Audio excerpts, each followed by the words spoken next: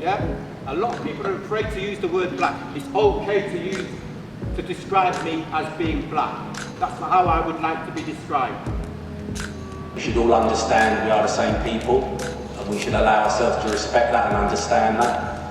I've been involved in show races in the red car for nearly 25, 26, 27 years I think it is.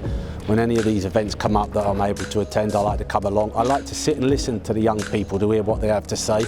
It's interesting what questions they ask you, and then it's interesting reflecting in your own head about your own experiences. I think when you saw today with them two, myself and Gary, I think again what is also important is a spectrum of ages as well and experiences from myself and Gary. I want to hasten to add how old we are, but obviously to Bailey and that, you then look and see the experience we all have had over a course of a long period of time.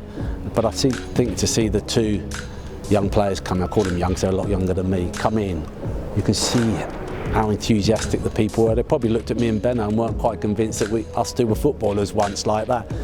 But I quite like that as well. But like I said, broad spectrum of experiences. Some of the questions we heard today were fabulous, and the fact that they must have listened throughout the course of their time to ask those questions, so it was good. So it's really important. It's a shame that we're still having to have them, but it's important to get the message across, especially to the youngsters, because they're the future generation, and then they can pass it on to their parents and people that they know. So I really enjoyed the session today. We got asked some very interesting questions, some questions that we were stumped and didn't have answers to, but it shows that the kids like the way that they think and the way that their brain processes things. So hopefully we got messages across to them that they can take away with them and hold on for the rest of their lives.